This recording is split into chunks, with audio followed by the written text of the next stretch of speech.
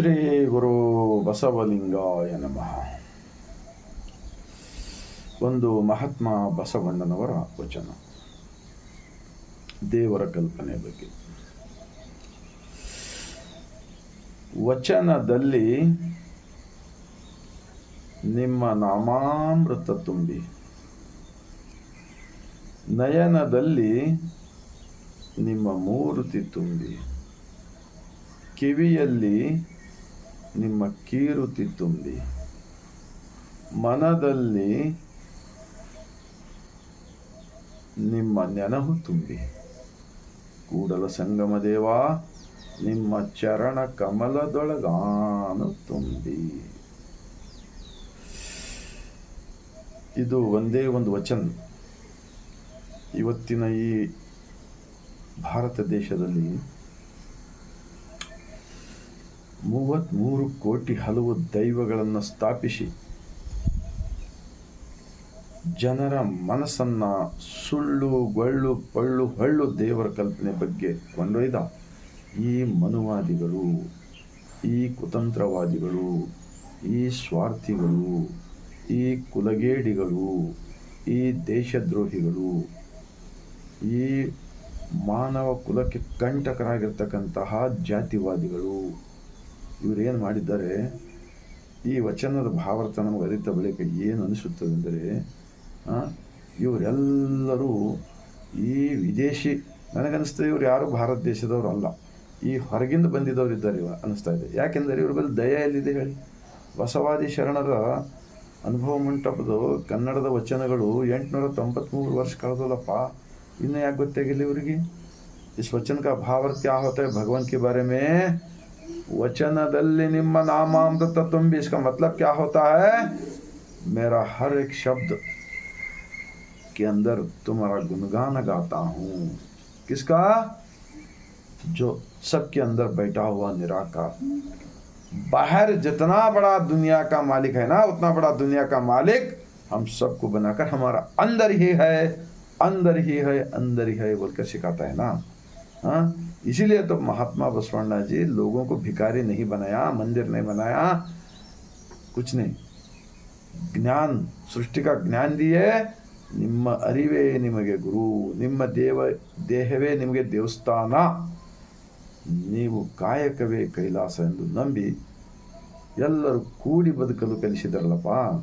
ಈ ವೀರಶೈವವಾದಿಗಳು ಇವತ್ತೇನು ಸತ್ಯ ಹೇಳ್ತಕ್ಕಂಥವ್ರಿಗೆ, ವಚನಗಳನ್ನು ಓದಿದವ್ರಿಗೆ ಏನೋ ಅವರು ವಿರುದ್ಧ ಮಾತಾಡ್ತಾರಂತ ನಾವು ನೋಡ್ತಾ ಇದ್ದೇವೆ. ಅಲ್ಲಿ ಮೊದಲು ವಚನಗಳನ್ನು ಆಚರಣೆಯಲ್ಲಿ ತಂದಾಗ ಮಾತ್ರ ನೀವು ಜನಸಾಮಾನ್ಯರಿಗೆ ಒಳ್ಳೆ ದಾರಿ ತೋರಿಸ್ತಾ ಇದ್ರಿ ಅಂತ ಗೊತ್ತಾಗುತ್ತದೆ.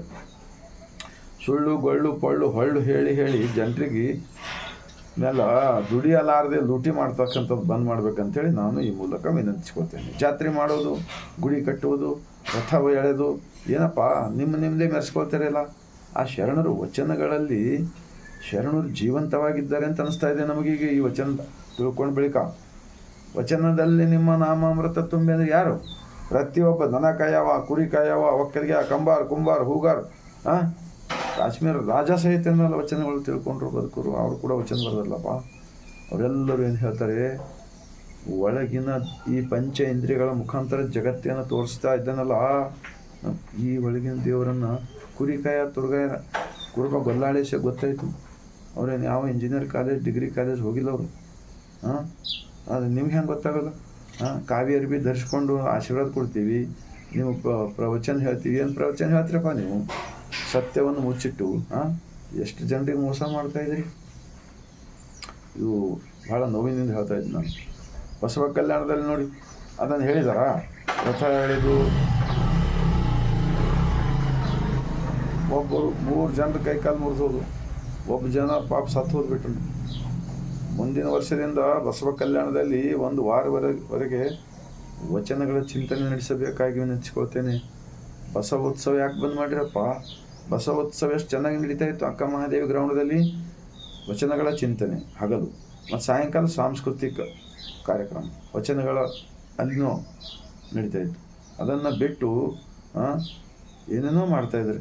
ಬಸವಾದಿ ಶರಣರು ಯಾವುದು ಬೇಡ ಅಂದರೆ ಅದನ್ನೇ ಮಾಡ್ತಾಯಿದ್ರಲ್ಲಪ್ಪ. ಇದು ಬಿಡಬೇಕಂತೇಳಿ ನಾನು ವಿನಂತಿ ಮಾಡ್ಕೊಳ್ತಾ ಇದ್ದೀನಿ ಈ ವಚನಗಳ ಆಧಾರ ಮೇಲೆ. ವಚನದಲ್ಲಿ ನಿಮ್ಮ ನಾಮಾಮೃತ ತುಂಬಿ. ಯಾರ್ದು? ನಿಮ್ಮ ಅಂದರೆ ಒಳಗಡೆ ಇರ್ತಕ್ಕಂಥವನಿಗೆ ಗುಣಗಾನ ಮಾಡಿದ್ದಾರೆ ಬಸವಣ್ಣನವರು, ಶರಣರು. ನಯನದಲ್ಲಿ ನಿಮ್ಮ ಮೂರ್ತಿ ತುಂಬಿ, ನಮ್ಮ ಕಣ್ಣುಗಳಲ್ಲಿ ನಿನ್ನನ್ನೇ ಕಾಣುತ್ತೇನೆ. ಕಿವಿಯಲ್ಲಿ ನಿಮ್ಮ ಕೀರ್ತಿ ತುಂಬಿ, ನನ್ನ ಕಿವಿಯಲ್ಲಿ ನಿನ್ನ ಸೃಷ್ಟಿಕರ್ತ ಎಷ್ಟು ಚೆನ್ನಾಗಿ ಮಾಡಿದೆಯಲ್ಲಪ್ಪ ಈ ಜಗತ್ಯ. ಎಲ್ಲರಿಗೂ ಮೂರ್ತಿಗಳನ್ನು ಮಾಡಿ ಎಲ್ಲರ ಒಳಗೆ ಇದ್ದು ಎಲ್ಲವನ್ನೂ ತೋರಿಸ್ತಾ ಇದೆಯಲ್ಲಪ್ಪ. ಎಲ್ಲರಿಗೆ ಮಳೆ, ಬೆಳೆ, ಗಾಳಿ, ಬೆಳಕೆಲ್ಲವನ್ನು ಕೊಟ್ಟು ಬದುಕಿಸ್ತಾ ಇದೆಯಲ್ಲ. ಅಂತಹ ದೇವನಿಗೆ ಗುಡಿಗಳಿಲ್ಲ, ಜಾತ್ರೆ ಇಲ್ಲ, ರಥ ಇಲ್ಲ, ಏನಿಲ್ಲ. ಏನು ನಾನು ಬರೀ ಚರ್ಚೆ ಮಾಡೋಣ, 1,00,000 ಗಟ್ಟಲೆ ಜನ ಬರೀ ಬಸವ ಕಲ್ಯಾಣದಲ್ಲಿ. ಎಲ್ಲ ಮೋಸ ಮಾಡ್ತಕ್ಕಂಥದ್ದು, ಬಸವಣ್ಣನ ತತ್ವ ವಿರೋಧ ಕೆಲಸ ಮಾಡ್ತಾ ಇದ್ದೀರಲ್ಲಪ್ಪ. ನಾನು 26 ವರ್ಷದಿಂದ ಬಸವ ಕಲ್ಯಾಣದಲ್ಲಿ 400 ಮನೆಗಳಲ್ಲಿ ಬಸವ ಜ್ಯೋತಿ ಕಾರ್ಯಕ್ರಮ ಮಾಡಿಸ್ತಾ ಇದ್ದೀನಿ ನಾನು.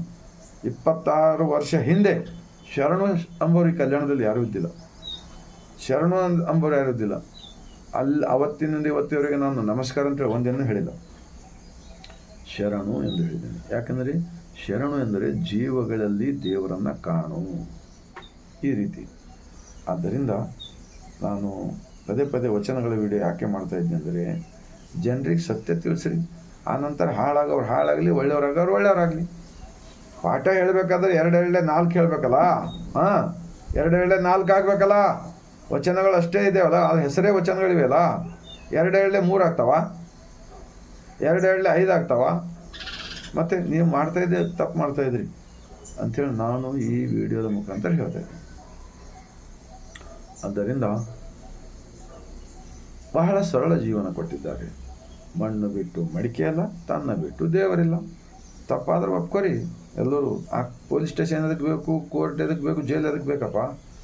ನಾನೇನು ಭಾಳ ಶರಣಂದ್ರೆ ಭಾಳ ಜಡದಂತೇಳಿ. ಜಡ ಏನು ಜಡ ಇಲ್ಲ.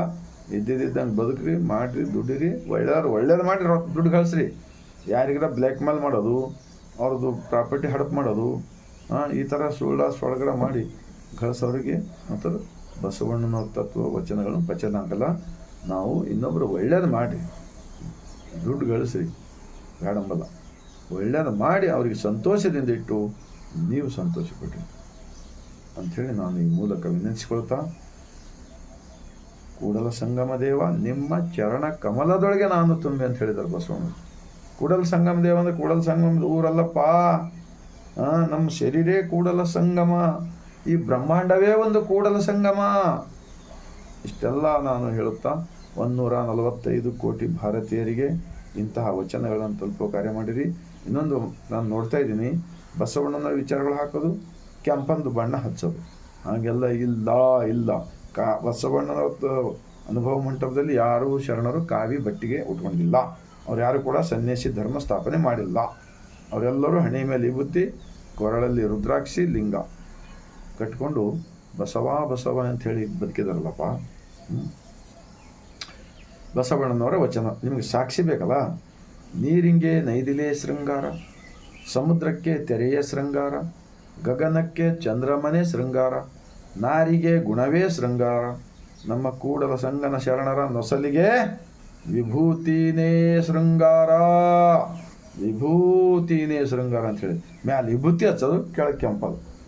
ಏನು ನಮ್ಮ ಬಸವಣ್ಣನವ್ರ, ನೀವು ಏನಾರ ಮಾಡ್ಕೊಳ್ಳಿ, ಬಸವಣ್ಣನ ಹೆಸರು ಹೇಳೋರು ವಚನಗಳ ಆಧಾರದ ಮೇಲೆ ನಮ್ಮ ಸಂಸ್ಕಾರವಾಗಲಿ.